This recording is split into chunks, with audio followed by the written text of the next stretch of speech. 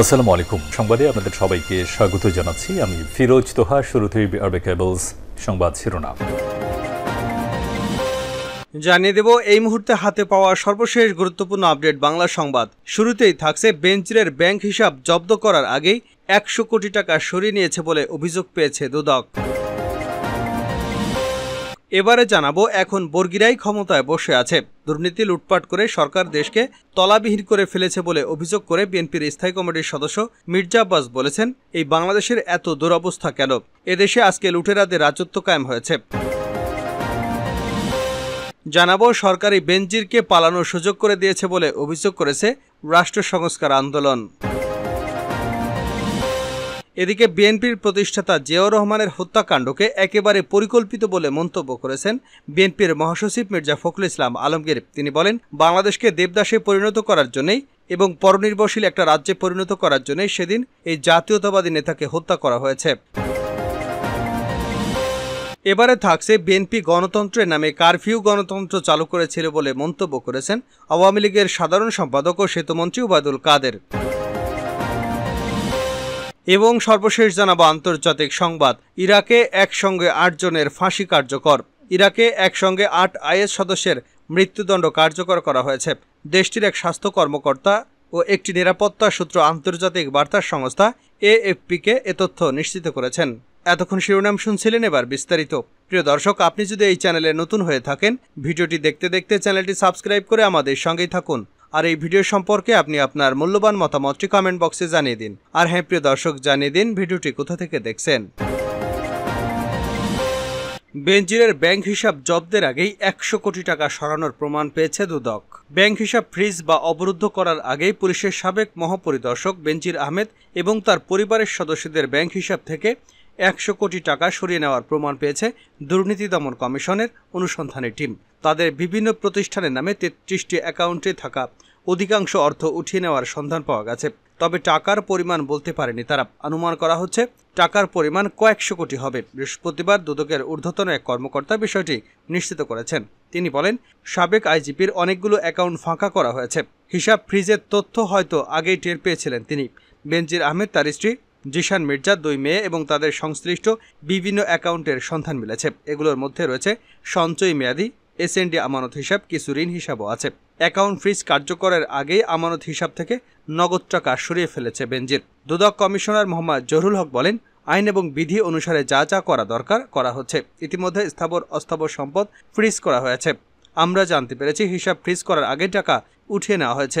যতটুকু নিয়েছে তা অনুসন্ধান কর্মকর্তারা খতিয়ে দেখবেন। তিনি বলেন, অনুসন্ধান কর্মকর্তারা আইনি বিধান অনুসারে কাজ করছেন। হাইকোর্টের নির্দেশনা অনুসরণ করে আমাদের টিম কাজ করছে। অল্প সময় আমরা এখানে এগিয়েছি। দুদকের আইনজীবী খুরশিদ আলম খান বলেন, জব্দ করা অ্যাকাউন্টের টাকা আগে তুলে রাখলেও নতুন করে কোনো ব্যাংকে জমা দিলে তা আইনের আওতায় আসবে। গত 23 মে আদালতের আদেশে বেনজির আহমেদের 83টি দলিলের সম্পত্তি এবং 33টি ব্যাংক জব্দের আদেশ দেন আদালত। 26 মে আদালত বেনজির এবং তার পরিবারের সদস্যদের নামে 119টি জমির দলিল, 23টি কোম্পানির শেয়ার ও গুলশানে 4টি ফ্ল্যাট জব্দের আদেশ দেয়। এখন বর্গিরাই ক্ষমতায় বসে আছে মির্জা আব্বাস।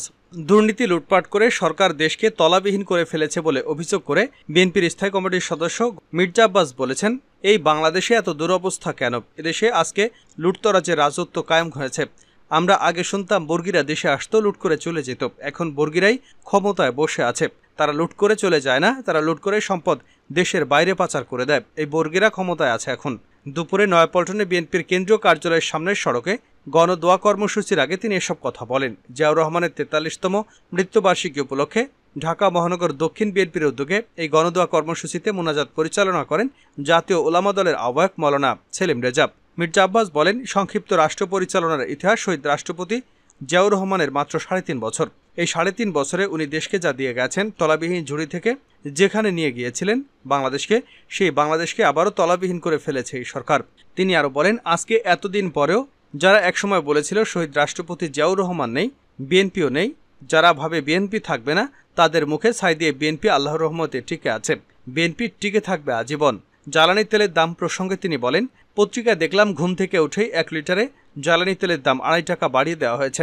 1 লিটার তেলের দাম যদি 2.5 টাকা বাড়ায়, এমনিতেই তো দ্রব্যমূল্যের ঊর্ধ্বগতিতে মানুষের নাভিশ্বাস উঠেছে, আর 2.5 টাকা জ্বালানি তেলের দাম বাড়ানোর অর্থ হলো সকল জিনিসপত্রের দাম আবারও বাড়বে। সরকারি বেনজিরকে পালানোর সুযোগ করে দিয়েছে রাষ্ট্র সংস্কার আন্দোলন।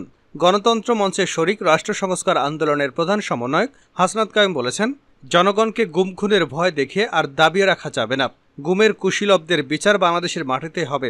সাবেক পুলিশ প্রধান বেনজির আহমেদকে দেশ থেকে পালাতে সরকারি সুযোগ করে দিয়েছে বলে দাবি তার। বিকেলে রাজধানীর তোপখানা রোডে রাষ্ট্র সংস্কার আন্দোলনের প্রধান কার্যালয়ে এক আলোচনা সভায় প্রধান অতিথির বক্তব্যে হাসনাত কায়ুম এসব কথা বলেন। গুমের শিকার ব্যক্তিদের স্মরণে আন্তর্জাতিক সপ্তাহ উপলক্ষে রাষ্ট্র সংস্কার আন্দোলনের উদ্যোগে এই সভা হয়। হাসনাত কায়ুম বলেন, রাষ্ট্র দ্বারা হওয়া নির্যাতন নিপীড়নের মধ্যে সবথেকে নির্মম নিষ্ঠুরতম জুলুম হচ্ছে গুম।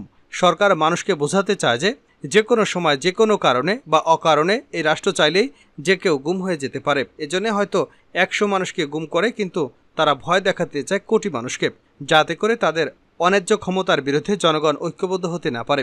বেনজির আহমেদকে যখন শুদ্ধাচারের পুরস্কার দেওয়া হয় তখন কি তিনি নিরপরাধ ছিলেন? তিনি তো একদিনে গড়ে ওঠেননি। সরকার তার হীন স্বার্থে বেনজিরকে ব্যবহার করেছে। তিনি বলেন, এটা এখন ফ্যাসিবাদের ধাপ অতিক্রম করে মাফিয়াতন্ত্র। এই মাফিয়ারা কয়েকজন, এদের কোনো রাজনৈতিক ভিত্তি নেই। এজন্য মানুষ ঐক্যবদ্ধ হলে এদের টিকে থাকার কোনো সম্ভাবনা নেই। মানুষ ঐক্যবদ্ধ হলে বেনজিরের মতো সবাই পালাবে। এই রাষ্ট্রকে গণক্ষমতাতান্ত্রিক বাংলাদেশ গড়ার জন্য রাষ্ট্র সংস্কার আন্দোলন মানুষকে ঐক্যবদ্ধ হওয়ার আহ্বান জানাচ্ছে। আমরা ঐক্যবদ্ধ হলে মুক্তিযুদ্ধের আকাঙ্ক্ষার সাম্য, মানবিক মর্যাদা ও সামাজিক ন্যায় বিচারের বাংলাদেশ গড়তে পারব। জিয়াউর রহমানের হত্যাকাণ্ড একেবারে পরিকল্পিত, মির্জা ফখরুল। বিএনপির প্রতিষ্ঠাতা জিয়াউর রহমানের হত্যাকাণ্ডকে একেবারে পরিকল্পিত বলে মন্তব্য করেছেন বিএনপির মহাসচিব মির্জা ফখরুল ইসলাম আলমগীর। তিনি বলেন, বাংলাদেশকে দেবদাস রাষ্ট্র বানানোর জন্য এবং পরনির্ভরশীল একটা রাজ্যে পরিণত করার জন্য সেদিন এই জাতীয়তাবাদী নেতাকে হত্যা করা হয়েছে। সাবেক প্রেসিডেন্ট জিয়াউর রহমানের 43তম মৃত্যুবার্ষিকী উপলক্ষে দুপুরে রাজধানীর শাহজাহানপুরে দুস্থদের মাঝে খাদ্য সামগ্রী বিতরণ কর্মসূচিতে ফখরুল ইসলাম এসব কথা বলেন। তিনি বলেন, জিয়াউর রহমান তার অল্প সময় রাজনৈতিক জীবনে এদেশের জন্য অসাধারণ সব উদ্যোগের মধ্য দিয়ে অবদান রেখেছেন। আজকে বাংলাদেশের যে অর্থনৈতিক উন্নয়নের ভিত্তি শহীদ জিয়াই রচনা করেছিলেন। আওয়ামী লীগকে ইঙ্গিত করে বিএনপি মহাসচিব বলেন, আজকে যারা বলে বিএনপি কিছু করেনি, শহীদ জিয়া কিছু করেনি, সবকিছু তারাই করেছে। তারা 1972 থেকে 75 সালে রাষ্ট্রের দায়িত্ব ছিল। সেই সময় তারা সম্পূর্ণ ব্যর্থ হয়েছিল রাষ্ট্র পরিচালনা করতে, এবং ব্যর্থতা এমন হয়ে গিয়েছিল যে সংবিধানকে সংশোধন করে সেদিন তারা একদিকে বিশেষ ক্ষমতায়ন, অন্যদিকে জরুরি অবস্থা, সবশেষে একদলীয় শাসন বাকশাল করেছিল, গণতন্ত্রকে হত্যা করেছিল। শহীদ জিয়া সেই গণতন্ত্রকে আবার ফিরিয়ে দিয়েছেন। আজকে সেই গণতন্ত্রের জন্য লড়াই করতে হচ্ছে। সর্বশেষ জানাবো আন্তর্জাতিক সংবাদ। ইরাকে একসঙ্গে 8 জনের ফাঁসি কার্যকর। ইরাকে একসঙ্গে 8 আইএস সদস্যের মৃত্যুদণ্ড কার্যকর করা হয়েছে। দেশটির এক স্বাস্থ্য কর্মকর্তা ও একটি নিরাপত্তা সূত্র আন্তর্জাতিক বার্তা সংস্থা এএফপিকে তথ্য নিশ্চিত করেছে। 1 মাসেরও কিছু সময়ের মধ্যে এ নিয়ে তৃতীয়বারের মতো দেশটিতে একসঙ্গে কয়েকজনের মৃত্যুদণ্ড কার্যকর করা হলো। ইরাকে সন্ত্রাসবাদের দায়ে আদালতে সম্প্রতি বছরগুলোতে শতাধিক ব্যক্তিকে মৃত্যুদণ্ড ও যাবজ্জীবন কারাদণ্ড দিয়েছেন। নাসিরিয়া শহরের আলহাট কারাগারের একটি নিরাপত্তা সূত্র জানিয়েছে, সন্ত্রাসবাদের দায়ে 8 জনকে দোষী সাব্যস্ত করা হয়েছে। তারা ইসলামিক স্টেটের সদস্য। বৃহস্পতিবার বিচার মন্ত্রণালয়ের একটি দলের তত্ত্বাবধানে ফাঁসিতে ঝুলিয়ে তাদের মৃত্যুদণ্ড কার্যকর করা হয়।